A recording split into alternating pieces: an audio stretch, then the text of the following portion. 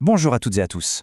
On s'est déjà demandé si deux organes de notre corps pouvaient être liés au point de n'en former qu'un seul, même sous le bistouri d'un chirurgien. Eh bien aujourd'hui, on plonge au cœur d'une relation anatomique vraiment fascinante, le bloc duodéno-pancréatique. Préparez-vous, on va découvrir pourquoi ces deux-là sont tout simplement inséparables. Alors, la question qui va nous guider, elle est simple, mais redoutable. Comment ça se fait que deux organes a priori distincts, le duodénum et le pancréas, soient si intimement soudés qu'on ne puisse pas les séparer en chirurgie? C'est un vrai casse-tête anatomique et on va le résoudre ensemble. Et voilà, nos deux protagonistes, le bloc duodéno-pancréatique. Attention, on ne parle pas juste de deux voisins de palier. Non, ici c'est une véritable fusion. Le duodénum et la tête du pancréas ne font qu'un. Retenez bien ce mot, inséparable, parce que c'est vraiment la clé de toute notre histoire. Bon, voici le plan de match pour comprendre tout ça. On va d'abord faire connaissance avec chaque organe séparément. D'un côté le duodénum, de l'autre le pancréas, et ensuite on va assembler les pièces du puzzle pour comprendre leur connexion si spéciale. C'est parti. Allez, on commence avec le premier membre du duo, le duodénum. Il faut vraiment l'imaginer comme un cadre, une sorte de châssis parfaitement dessiné pour accueillir et enlacer son partenaire, le pancréas. C'est le début de notre exploration. Alors le duodénum, c'est la toute première partie de l'intestin grêle, juste après l'estomac. Mais ce qui est incroyable, c'est sa forme en C. Ce n'est absolument pas un hasard. Cette courbe est littéralement sculptée pour que la tête du pancréas vienne s'y loger. Avec ses 20 à 25 cm, ce petit segment est absolument crucial pour la digestion et on va vite comprendre pourquoi. Pour bien visualiser ce C, on peut suivre son trajet en 4 étapes. D1 qui part de l'estomac, puis D2 qui plonge vers le bas, D3 qui traverse à l'horizontale et enfin D4 qui remonte. Et voilà, cette structure en 4 temps dessine le cadre parfait qui va accueillir la tête du pancréas. C'est la première étape de leur connexion. Regardons d'un peu plus près ce segment D2, la partie qui descend. Ce n'est pas qu'un simple tuyau, c'est ici que se trouvent deux ouvertures vitales, la papille majeure et la papille mineure.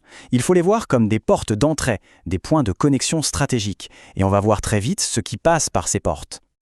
Ok, on a vu le cadre. Maintenant, intéressons-nous à l'organe qui s'y loge, le pancréas. C'est une glande plutôt discrète, un peu cachée derrière l'estomac, mais son rôle est absolument fondamental. Et comme on va le voir, sa forme est parfaitement complémentaire à celle du duodénum. Le pancréas a plusieurs parties, mais c'est vraiment la tête qui nous intéresse aujourd'hui. Et remarquez bien la description. Volumineuse, quadrilatère, nichée dans la courbe du duodénum. C'est comme une pièce de puzzle qui vient s'emboîter à la perfection dans le cadre qu'on vient de décrire. Le lien physique est déjà évident. Au cœur du pancréas, il y a une sorte d'autoroute, le canal de Wirsung. Il collecte tous les sucs digestifs. Mais où est-ce qu'ils vont? Eh bien, ils se déversent directement dans la papille majeure du duodénum, cette fameuse porte d'entrée dont on parlait. La connexion est donc aussi fonctionnelle, elle est directe et elle est vitale. Et ce n'est pas tout. Il existe une deuxième connexion, une sorte de route secondaire, le canal de Santorini, qui se jette dans la papille mineure. On a donc non pas une, mais deux canalisations qui relient intimement le pancréas au duodénum. C'est une double attache qui rend leur relation encore plus solide. Bon, maintenant qu'on connaît bien nos deux acteurs, il est temps de répondre à la grande question. Pourquoi ce lien est-il indestructible? On va assembler toutes les pièces du puzzle pour enfin comprendre la nature de cette connexion inséparable. Leur union, en fait, elle repose sur 4 piliers. Le premier, c'est simple, ils sont physiquement collés. Ensuite, ils partagent la même enveloppe protectrice, le péritoine.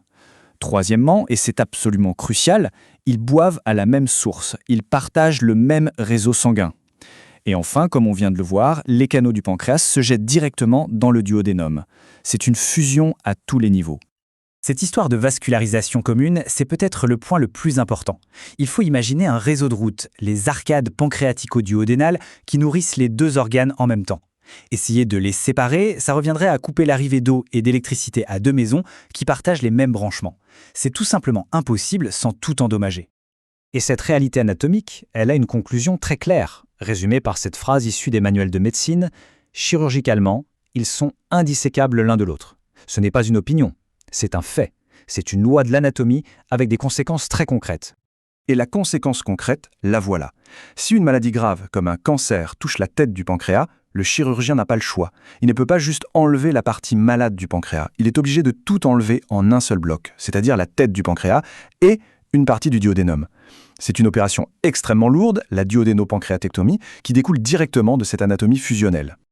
On termine donc sur cette idée. Comprendre cette union intime, ce n'est pas juste une curiosité pour anatomiste, c'est au cœur des plus grands défis chirurgicaux. Et la question qui reste ouverte, c'est de savoir comment cette connaissance de plus en plus fine de leur relation pourrait, demain, inspirer de nouvelles techniques, de nouvelles approches pour traiter ce duo inséparable de façon plus efficace.